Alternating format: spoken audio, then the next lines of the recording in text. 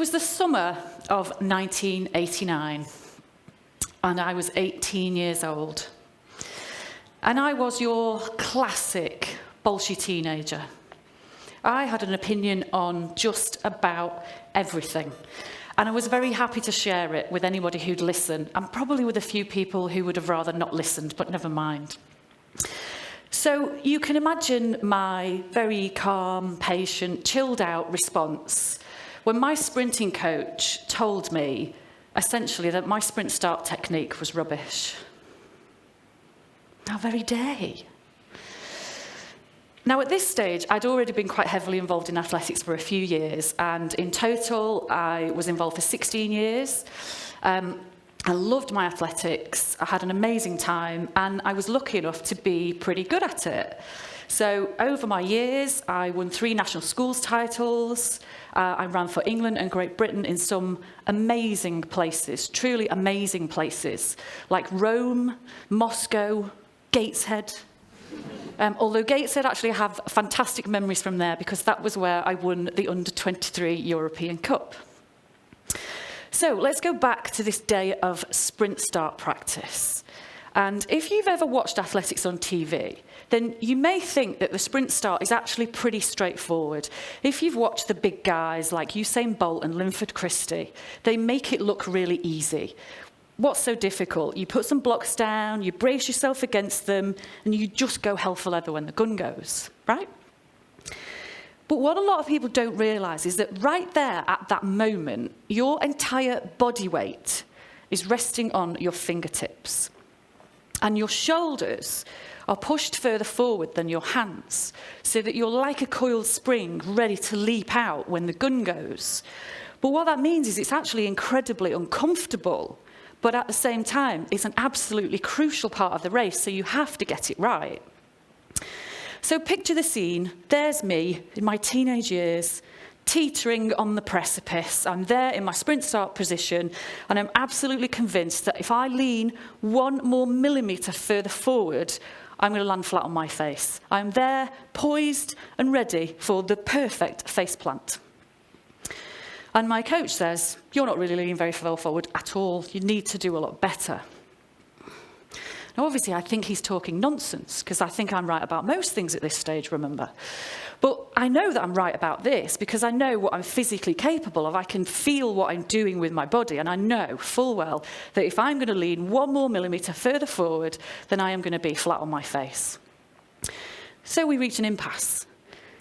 So my coach did something a little creative, and he videoed me. Now, that probably doesn't sound anything that exciting, but you have to remember, this was actually about a bazillion years before smartphones. And a video camera at this stage was practically the size of a small house. So this was quite a momentous occasion. But let's be honest, you all know what that video showed, don't you? We know the answer, don't we? My coach was absolutely right, and I was completely and utterly wrong. Obviously mortified, my delicate little teenage ego was absolutely crushed. But with the joy of hindsight, what I actually learned that day was something so much more important than how to start a race faster. But before I tell you what that was, I should probably explain my slightly quirky title of this talk. Eyeballs out and wobbly cheeks. Paula, what are you talking about? Well, it's another sprinting analogy, and it's another story from my time as an athlete for something that didn't necessarily seem that relevant at the time, and yet strangely has become more and more relevant to both my life and my business over the years. So I'm hoping that by sharing it, it might actually help some of you too. So eyeballs out is sprinter speak for total and utter commitment, 100% dedication. But doing something and not holding back a single shred of anything. And it stems from Linford Christie. So if any of you here are old enough to remember watching Linford run, not that any of you look that, of course, but if any of you are old enough to remember watching Linford race, there was something about him that was incredibly noticeable when he ran. And that was his eyes. it was literally like they were out on sticks. You could absolutely swear that he did not blink for the whole of that race. But what his eyes showed you was that he was completely committed to that race. There was not a single ounce of anything being held back at that moment. And the thing is, that's what you have to do as a sprinter. To be your best, you have to be completely committed.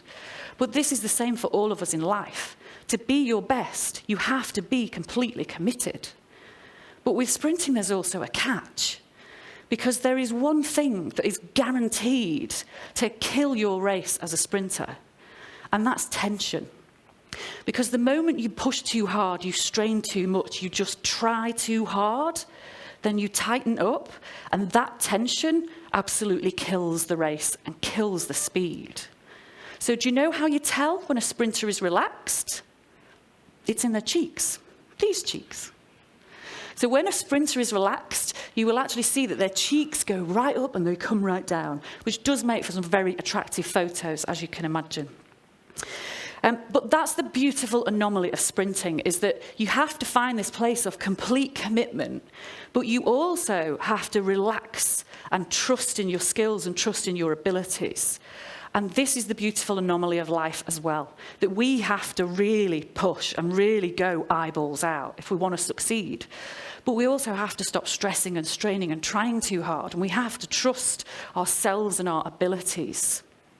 So these moments where everything in life falls together, when we manage to harness these moments of total commitment, but combined with this trust and relaxation in ourselves, this is when we have these moments in life where everything just flows and it all just clicks. So have you ever had one of those moments where you may have been studying something that has been driving you absolutely nuts, that you thought you'd never get to grips with, and then one day it just clicks? Or you've been working on something incredibly complicated that you just thought you were never going to master, and suddenly one day it all just works. Or you've been training unbelievably hard for something, and then suddenly one day the whole thing just flows. So those are your eyeballs out and wobbly cheeks moments, because we all have them. But just in case you're sitting and thinking, I'm not really an eyeballs out person. I'm not really somebody who totally throws myself into things. I'm not really somebody who goes absolutely 100% hell for leather at things.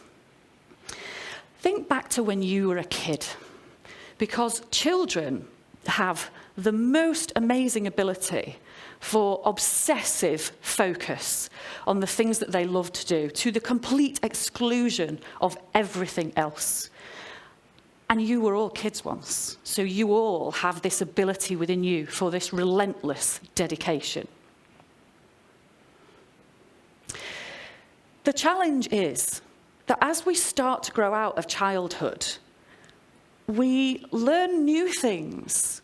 Life has a little habit of stifling this relentless dedication that we all have within us. And it teaches us about things like doubt and worry and fear. And we start to focus on the things that might go wrong instead of all the things that might go right. We start to worry about what people might say about us. We start to worry about making a mistake, or about looking stupid, or about getting it wrong, or about forgetting things. We start to worry about being too fat, or too thin, or too tall, or too short, or too northern. Not that you could ever be too northern. But all these tiny little things start to convince us that this whole idea of relentless dedication and 100% focus is maybe a bad thing. And that actually, by just reining it in a little bit, that would be safer. We can manage the risks if we commit to things at 90% or 80% or even 70%. And that will just make life a bit safer and a bit more comfortable. But you see, that's the thing that I really learned that day of sprint start practice. Because what I actually learned that day is that my view of reality and my view of my capability and what I could do was completely and utterly skewed by what I believed the truth to be. and the belief in the truth was miles off the mark. So I'd created a barrier, a limitation, a boundary for myself based on what I was absolutely convinced was the truth, and I was miles off. So for us to achieve what we're truly capable of in life, we have to actively seek external feedback, because other people can see us and see what we're capable of in a way that we simply cannot see.